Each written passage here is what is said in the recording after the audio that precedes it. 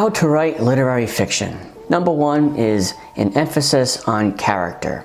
Now the characters in literary fiction, right, they're not going to be extraordinary, okay? They're not superheroes, they're just regular people like you and me.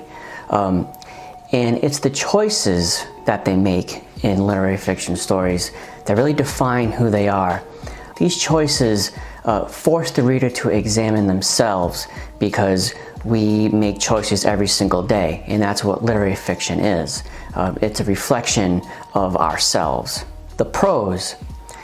Now, the prose in literary fiction is usually going to be something poetic, right? It's usually going to be a beautiful type of prose.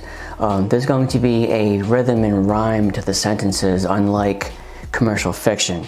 And that's because the author is writing to a specific target audience. The majority of people who read literary fiction are going to be reading it because it's more of an intelligent type of read, right? There's more symbolism that forces the reader to really think about what the author is trying to say. The subtext. Now, subtext is kind of tough because it has to be done very cleverly.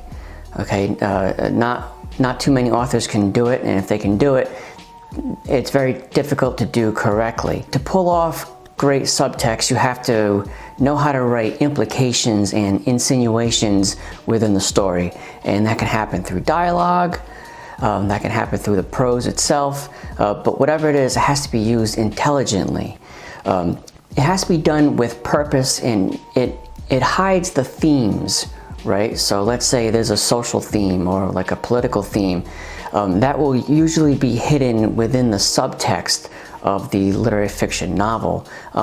Those themes can exist on the surface, yes, absolutely, but a good writer will know how to use the subtext to hide it within the dialogue, within the paragraphs. The darker tone. With literary fiction, it's just a more realistic tone, and because it's realistic, it's more darker. For example, sickness and death and marital infidelity, whereas in commercial fiction, they will be, talked about as well, but they might not be as explored in great description like in literary fiction. And that's because literary fiction needs those darker tones to exist in general. And the last part is the ambiguity of the endings. Literary fiction tends to have open-ended finales that leave it up to the reader to make the decision of what has happened, right? It's not so much tied up in a nice bow, the endings, like in commercial fiction, whereas, the plot, there's a villain, there's a good guy,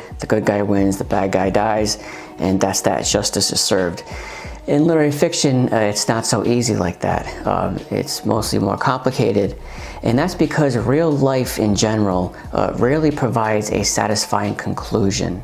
Most times things are never solved, and if they are solved, the answer is never really good enough for us. Right? It's not really what we wanted as a solution. Yes, the problem was solved, but each truth is going to be different for each person. And literary fiction knows that. So when the author writes the ending, rather than tie it up in a nice bow and say, okay, that's how it's going to end, that's the ending, that's what I am saying, that's what the author is saying, the author leaves it up to the reader.